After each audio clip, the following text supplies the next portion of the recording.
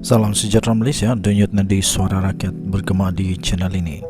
Terima kasih kerana bersama-sama dalam channel ini untuk mendapatkan berita-berita dan ulasan-ulasan terbaik untuk seluruh rakyat Malaysia. Bagi anda yang pertama kali bersama-sama dalam channel ini, sila tekan butang subscribe, like dan share. Malaysia kita punya, cintai Malaysiaku, kita jaga kita. Sekali lagi, bagi anda yang pertama kali, sila tekan butang subscribe, like dan share. Kita mulakan berita menarik hari ini. Salam sejahtera Malaysia, denyut nadi suara rakyat bergema di channel ini. Terbaru, Wan Saiful terima notis SPRM. Timbalan speaker menasihatkan untuk membuat laporan polis. Ahli Parlimen Tasik Glogor, Datuk Wan Saiful Wan Jan hari ini memberitahu Dewan Rakyat bahawa beliau telah diberikan notis oleh Suruhanjaya Pencegahan Rasuah Malaysia SPRM untuk merakam percakapannya. Ia berhubung kenyataan yang telah dibuat oleh beliau yang juga adalah ahli Majlis Pimpinan Tertinggi MPT Bersatu ketika menyertai perbahasan tidak diraja di Dewan Rakyat pada 28 Februari lalu.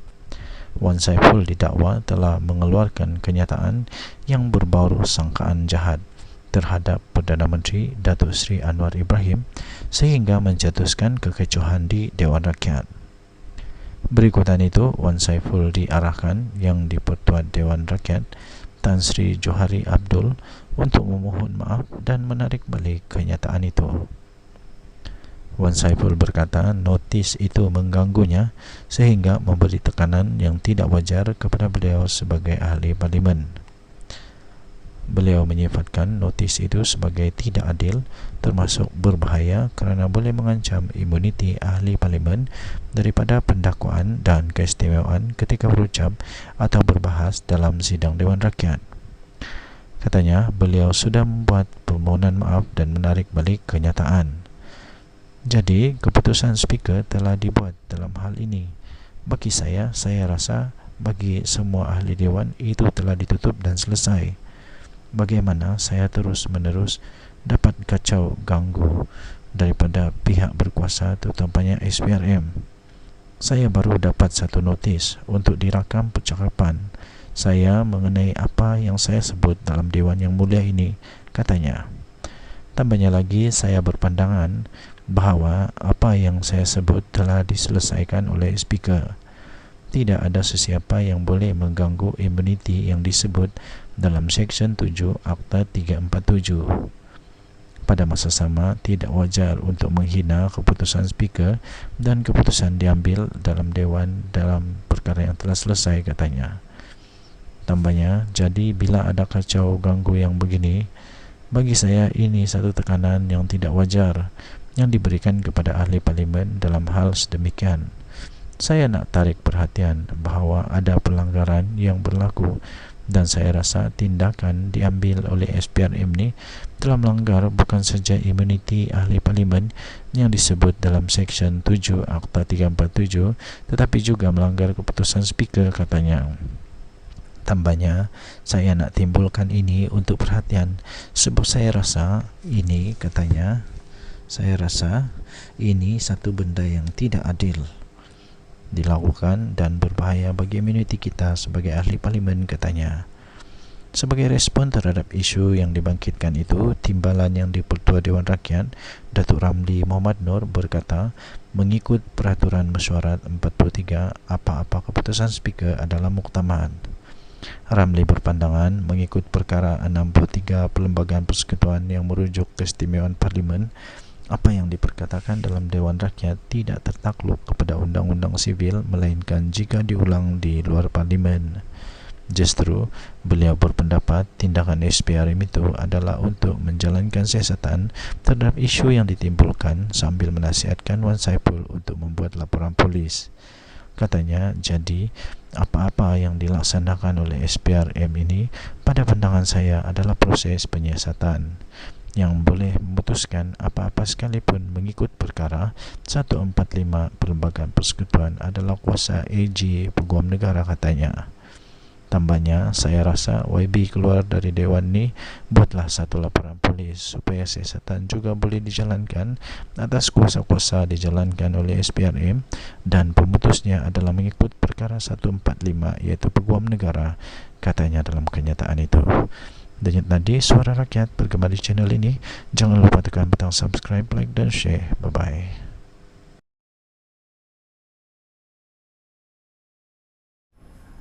Salam sejahtera Malaysia. Disahkan, ini disahkan ya. Saya ingin sahkan bahawa perkara ini betul sudah terjadi. Ini bukan akan, ini sudah. Kalau past tense Inggrisnya itu sudah past tense, sudah berlaku. Jadi ini bukan lagi satu andaian, ini bukan satu lagi hanya satu cerita-cerita kedai kopi ke apa, tidak. Tapi ini betul-betul sudah berlaku. Seorang adun daripada Perikatan Nasional, seorang ahli politik daripada Perikatan Nasional, akhirnya mengumumkan menyokong kerajaan. Betul lah apa yang dikata oleh Bukit Gantang. Memang ada dari Selangor yang ambil keputusan untuk menyokong kerajaan. Ini pasti akan menyebabkan Muhyiddin Yassin dah boleh tidur lena. Azmin Ali lagi, ketua pembangkang di Selangor, minta maaf. Minta maaf, anda kehilangan satu orang. Siapa dia? Keputusan ini telah dibuat dengan rela hati. Itu kata Abdul Rashid. Abdul Rashid adalah bekas ketua Badan Pimpinan Bersatu Selangor. Datuk Abdul Rashid Asari mengesahkan, menyokong, memberi sokongan ke atas kepimpinan Datuk Seri Amiruddin Syari pada hari ini. Abdul Rashid yang juga adalah ahli Dewan Undangan Negeri Adun untuk Selat Kelang berkata, keputusan itu dibuat setelah setelah meneliti perkembangan semasa dan mengambil kira beberapa faktor utama. Beliau berkata, ini pengakuan dia. Jadi harap-harap orang-orang Perikatan Nasional jangan kasih pusing-pusing, sebab ini pengakuan dia sendiri. Ini bukan pengakuan daripada Datuk Seri Anwar Ibrahim atau Amiruddin Syari. Ini bukan pengakuan dari dorang, tapi ini pengakuan orangnya yang sendiri yang telah pun membuat keputusan untuk menyokong kerajaan. Beliau membuat pengumuman, mengakui sendiri. Beliau berkata, keputusan ini dibuat dengan rela hati tanpa sebarang paksaan, setelah beliau meneliti titah ucapan Sultan Selangor yang memuji pentadbiran Kerajaan Negeri Selangor yang berada di landasan yang tepat demi untuk kemajuan negeri dan kesejahteraan rakyat. Beliau juga mengakui langkah ini juga adalah akibat daripada beberapa siri tindakan Perikatan Nasional sendiri, terutamanya daripada Perikatan Nasional Negeri Selangor, yang dilihat tidak berbuat apa-apa, malah berdiam diri terhadap apa yang telah berlaku, terhadap tumahan-tumahan yang telah dilontarkan oleh orang-orang besar daripada Perikatan Nasional kepada siapa? Raja-raja Melayu. Mereka tidak ada pendirian yang betul-betul yang sepatutnya mereka tidak setuju. Sepatutnya mereka sentiasa berada di belakang Duli Yang Maha Mulia Sultan Raja-Raja Melayu, sebab itu adalah antara perjuangan untuk Perikatan Nasional. Parti-parti di dalam Perikatan Nasional, PAS, Bersatu, ini dua parti yang paling besar, paling berkuasa di sana, sepatutnya betul-betul menghargai, menghormati, menjunjung titah kedaulatan Raja-Raja Melayu, bukan berdiam diri. Inilah yang berlaku. Jadi disahkan, keputusan ini dibuat dengan rela hati dan bukan ada apa-apa unsur-unsur rasuah atau sebagainya. Jadi harap-harap jangan ada lagi macam Wan Saiful Wanjan yang akhirnya minta maaf. akhirnya mohon maaf. Harap-harap tak ada lagi yang kata apa macam-macam lah, fitnah kah, tak fitnah kah, tapi janganlah cakap dimanapun. di dalam parlimen kah, di luar parlimen kah, di mana-mana. Sebab yang nanti yang masalah diri sendiri. Kena siasat, susah juga. Denyut nadi suara rakyat bagaimana channel ini. Bye bye.